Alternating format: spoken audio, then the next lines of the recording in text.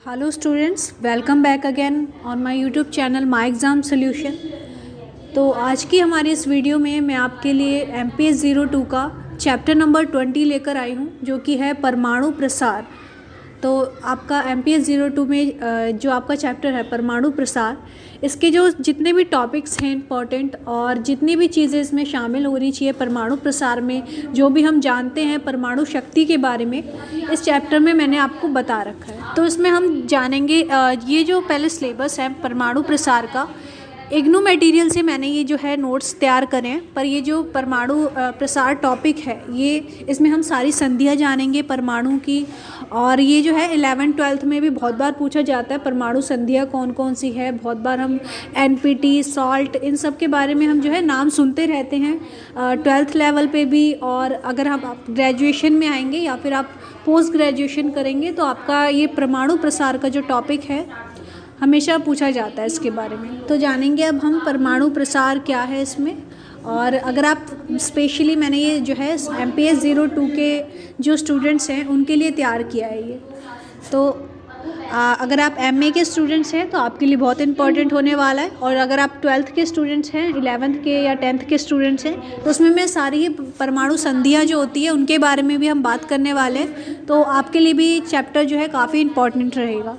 तो चलिए शुरू करते हैं, परमाणु प्रसार के बारे में जानते हैं। तो सबसे पहले हम जानेंगे परमाणु प्रसार क्या है। परमाणु बहुत बार हम नाम सुनते हैं परमाणु, एटम्स जिसे हम इंग्लिश में कहते हैं। तो परमाणु प्रसार क्या होता है? परमाणु सिद्धांत का भय दिखाकर परमाणु युद्ध रोकने और करने दोनों में परमाणु शस्त्रों की भूमिका परिभाषित होती है। यानी कि परमाणु प्रसार क्या होता है, किसी भी अपने, तो यहाँ पे परमाणु प्रसार का जो अर्थ है यहाँ पे ये बताया गया है, कोई भी देश क्या करता है अपनी परमाणु ताकत दिखाकर, अपनी जो भी शक्तियाँ हैं उन्हें दिखाकर वो जो है उस देश को डराता है और अपने देश में एक शांति काबू रखता है, अपने देश पर नियंत्रण काबू रखता है। तो यहाँ पे परमाणु सिद्धांत को यही किया गया है कि परमाणु सिद्धांत का भय दिखाकर परमाणु युद्ध रोकने और करने दोनों में परमाणु शस्त्रों की भूमिका परिभाषित होती है। तो यहाँ पे परमाणु शस्त्र की जो भी कोई देश अपनी भूमिका दिखाता है कि मेरे पास इतनी शक्तियाँ हैं, और किसी और देश को जब उससे पीछे हटाता है या कम उसको आंकता है, तो उसे कहते हैं परमाणु प्रसार। परमाणु प्रसार क्या होता है, इसकी डेफिनेशन जो है आपके जो है चैप्टर में नहीं दी गई है, पर मैंने आपको एक टॉपिक का इंट्रोडक्शन देने के लिए जो है मैंने परमाणु प्रसार की यहाँ पे डेफिनेशन आपको ऐड करी है।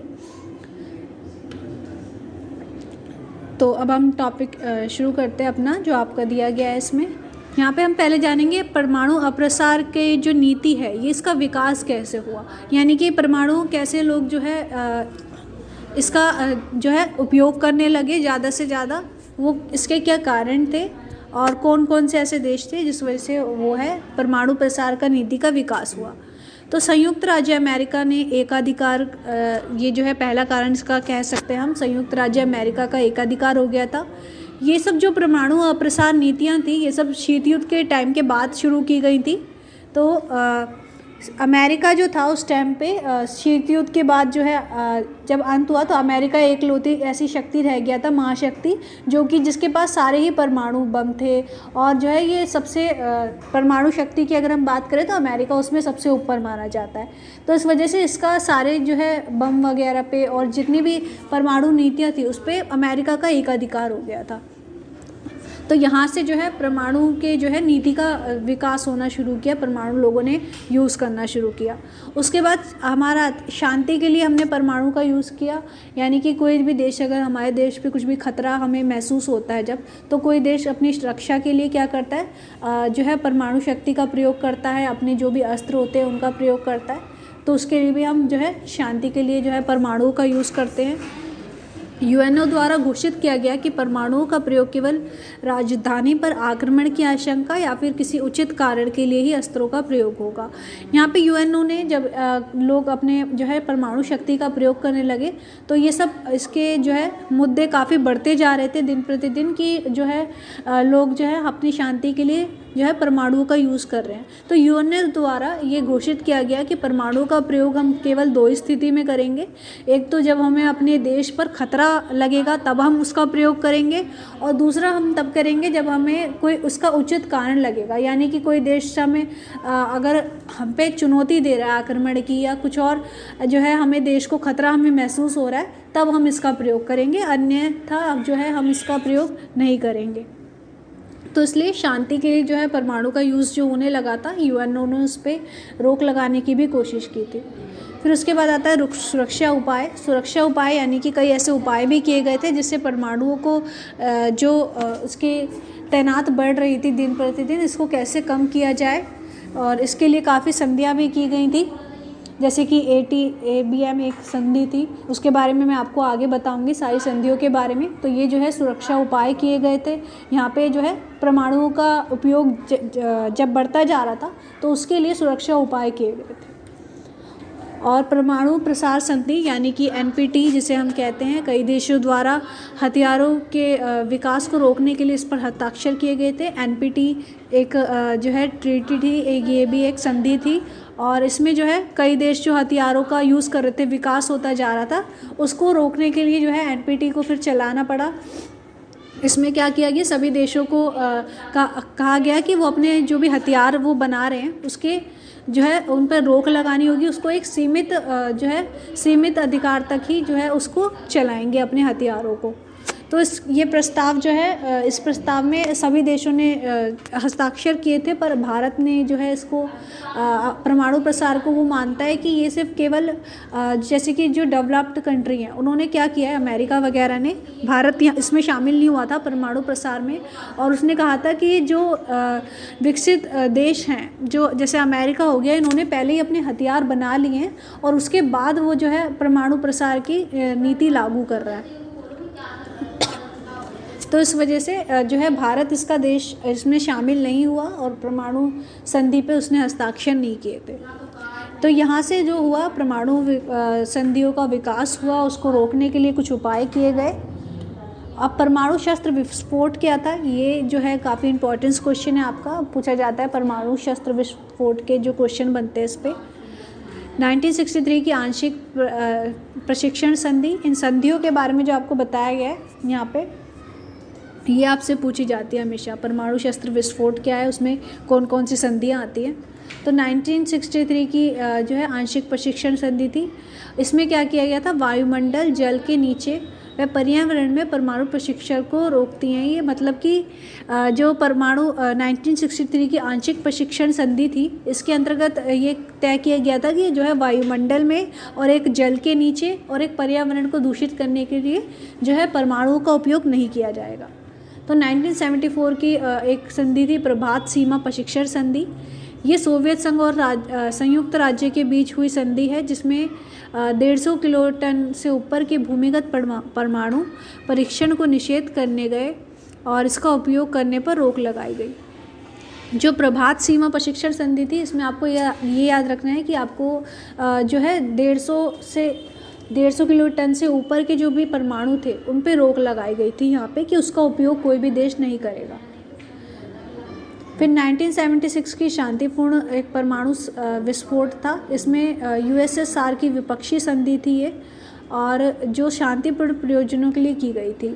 USSR की ये द्विपक्षीय संधि थी, और इसमें जो है जो भी परमाणु शस्त्र जो भी देश यूज़ कर रहे हैं और उसको जो है हमें क्या करना था, अपने देश में शांति स्थापित करनी थी। तो इसलिए इसके USSR ने ये संधि निकाली थी, शांतिपूर्ण परमाणु विस्फोट 1976 में ये आई थी। और इसमें जो है सभी जो देश हैं, इसमें कहा गया था केवल आपको तभी उपयोग करें अपने परमाणुओं का जब कोई हमारे देश को खतरा हो रहा हो, या मतलब हमें ऐसा करना है कि हमें शांतिपूर्ण जो है परमाणु विस्फोट करना है, यानी कि हमें शांति स्थापित करते हुए अगर किसी देश से हम ऐसा समझौता कर सकते हैं कि जो है लड़ाई करके वहाँ पे शांति हम स्थापित कर सकते हैं, तो हमें पहले ऐसे करना चाहिए और उसके बाद जो है हमें अपने परमाणु अस्त्रों को दिखाना चाहिए। उसके बाद आई 1996 व्यापक परमाणु संधि। 1996 में व्यापक परमाणु परीक्षण संधि थी और उसके अंतर्गत क्या था, परमाणुओं के विकास को इसमें रोकने को जो है तय किया गया था और परमाणु के निरस्त्रीकरण की प्रक्रिया में योगदान देना था इसका उद्देश्य, व अंतर्राष्ट्रीय शांति और सुरक्षा में योगदान। तो व्यापक परमाणु संधि में कुछ ऐसे जो है चर्चाओं पे ऐसी चर्चाएं शामिल थी इसके अंतर्गत, जिसमें जो है परमाणु के निरस्त्रीकरण को ये रोकेगी, इसमें ये कहा गया था, और अंतर्राष्ट्रीय शांति और सुरक्षा में योगदान देगी। तो ये था परमाणु शस्त्र विस्फोट। इसमें आपको जो मैंने ब्लैक हेडिंग्स करी हैं ये सब आपको ज़रूर याद रखनी है और यही आपके जो है एग्ज़ाम में पूछी जाएगी।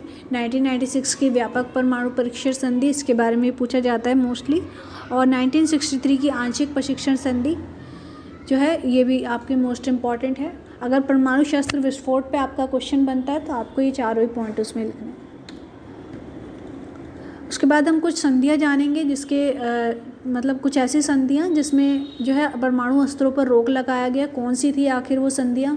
परमाणु शस्त्र नियंत्रण, ये आपके टॉपिक के अंदर आती है। सबसे पहली थी ABM, जिसे कहते हैं एंटी बैलिस्टिक मिसाइल सिस्टम्स।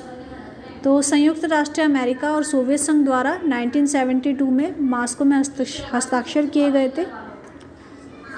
तो ये सब जो जितनी भी संधियाँ थी इसमें ये सब शीत युद्ध के बाद आई थी। अमेरिका और जो है सोवियत संघ ने 1972 में इस पे हस्ताक्षर किए थे, क्योंकि शीत युद्ध से पहले क्या हुआ था, जो है सेकेंड वर्ल्ड वॉर हो चुका था और यहाँ पे जो है सब देशों को पता चल गया था कि अगर कोई तीसरा वर्ल्ड वॉर अगर यहाँ पे होता है तो हमें जो है इसका काफ़ी खतरा हमें देखने को मिलेगा। तो सोवियत संघ और अमेरिका द्वारा ये तय किया गया था, कुछ संधियों पर हस्ताक्षर किए गए थे कि इसमें हम क्या करेंगे, अपने जो भी परमाणु बम है उसका उपयोग कम करेंगे और शांति अगर स्थापित हो सकेगी, कुछ ऐसे हम अगर निर्णय कर लें तो वहाँ पे जो है हम शांति भी स्थापित करेंगे। तो इसीलिए ये समझौते किए गए थे। ये 3 संधियों के बारे में हम चर्चा करेंगे। ABM में सोवियत संघ और अमेरिका द्वारा 1972 में इस पर हस्ताक्षर किए गए। प्रत्येक देश के बल 2 स्थितियों में इसका प्रयोग कर सकता है। मतलब इसमें तय किया गया था कि केवल 2 स्थितियों में आप जो है अपने परमाणुओं को हम यूज़ करेंगे।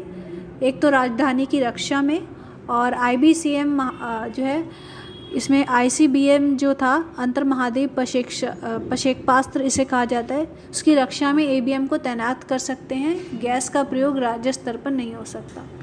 यहाँ पे कहा गया था कि ABM का जो हम प्रयोग करेंगे या तो हमारी राजधानी को खर्चा ऐसे होगा, राजधानी को अगर कोई खतरा होगा तब हम इसका यूज़ करेंगे, और जो है इसका उपयोग जो है राज्य स्तर पर नहीं होगा। ये यहाँ पे तय किया गया था ABM के अंतर्गत।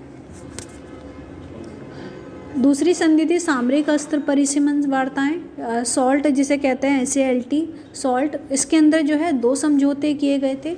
एक तो मई 1972 में किया गया था एक हस्ताक्षर, और दूसरा था 1979 में, और इनका लक्ष्य क्या था, परमाणु हथियारों की प्रतिस्पर्धा पर रोक लगाना। मतलब जो भी कोई देश दिखाता है कि हमारे पास ज़्यादा शक्ति है और जो है अपनी शक्तियों को बढ़ाने के लिए वो यूज़ करता है हथियारों का, तो उसके अंतर्गत जो है इस पे रोक लगाई गई थी कि कोई भी देश इसकी प्रतिस्पर्धा नहीं करेगा, कोई भी कंपटीशन के लिए जो है अपने परमाणु को नहीं बढ़ाया गया था। तो ये जो है 2 भाग यहाँ पे इसके हम देख सकते हैं। जो सॉल्ट 1 था वो मई 1972 में इस पर हस्ताक्षर किए गए थे, और जो सॉल्ट 2 था ये 1979 में इसके हस्ताक्षर किए गए थे। और तीसरी थी INF, जिसे मध्यम दूरी की परमाणु बल संधि हम कहते हैं। तो इसके अंतर्गत 500 से 5500 रेंज के सभी प्रकार की बैलिस्टिक और क्रूज़ मिसाइलों के विकास, उत्पादन और तैनाती पर रोक लगाया गया था।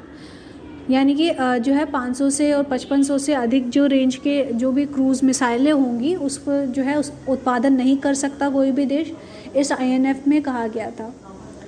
तो आपको बस इन संधियों के नाम यहाँ पे याद रखने हैं। ABM एक थी, एक सॉल्ट, INF जो कि आपके चैप्टर में शामिल है, और अगर आपके ये चैप्टर में सिर्फ इन्हीं संधियों के बारे में पूछा गया है तो क्वेश्चन भी आपका इसी पे बनेगा।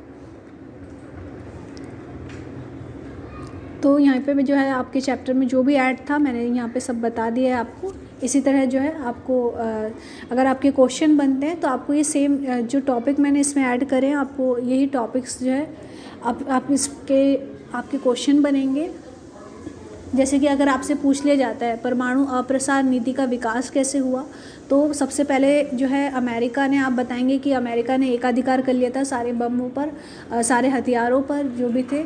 उसके बाद शांति के लिए परमाणु लोग यूज़ करने लग गए थे कि हमारे देश पर कोई भी खतरा ना हो, उसके लिए फिर परमाणु यहाँ पे यूज़ होने लगा। और फिर सुरक्षा उपाय ऐसे कुछ किए गए जिसमें परमाणु का विकास जो है रोका जा सके, इसके लिए कार्य किए गए। और फिर आई NPT, इसके बारे में जो है आप एक्सप्लेन करेंगे। और इस तरह से अगर आपसे पूछा जाता है परमाणु अप्रसार नीति का विकास, तो आपको ये चारों पॉइंट इसमें लिखने हैं। और परमाणु शस्त्र विस्फोट पे आपको जो है इस पे इम्पॉर्टेंट आप क्वेश्चन समझ लीजिए, क्योंकि इस पे तो क्वेश्चन बनता ही है आपका।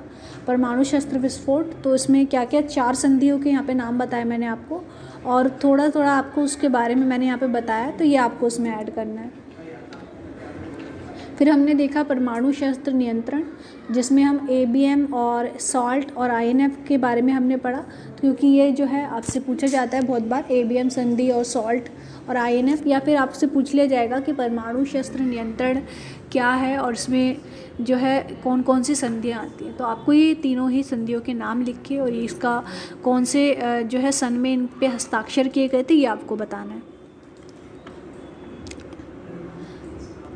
तो इसी के साथ हमारा आज का जो है टॉपिक यहाँ पे ख़त्म होता है। अगर आपको कोई नेक्स्ट टॉपिक पे वीडियो चाहिए तो आप हमें बता सकते हैं। तो thank you so much students, video को एंड तक देखने के लिए। आपको पसंद आई हो वीडियो तो वीडियो को लाइक करें, और आप हमें कमेंट में बता सकते हैं अगर आपको कोई डाउट्स है। यहाँ पे मैंने काफ़ी शॉर्ट में आपको जो है इसके इंपॉर्टेंस पॉइंट्स बताए हैं। अगर आपको इसके फुल नोट्स चाहिए तो वो आप हमसे, अगर हमारे स्टूडेंट्स की डिमांड्स आती है उस पर हम बनाएंगे। तो आपको कोई भी डाउट्स होता है चैप्टर से रिलेटेड, वो आप हमें कमेंट में पूछ सकते हैं। और स्टूडेंट्स यहाँ पे हमने व्हाट्सअप नंबर दिया हुआ है, इस पे जो है कांटेक्ट करके जो है आप हमसे जो है ये फुल नोट्स हम इसके ले सकते हैं इस चैप्टर के। और नेक्स्ट टॉपिक आपको कोई से भी पॉलिटिकल साइंस का कोई भी आपको चैप्टर हो या टॉपिक हो, उस पर आप हमें बता सकते हैं। नेक्स्ट टॉपिक आपका उसी पे तैयार किया जाएगा।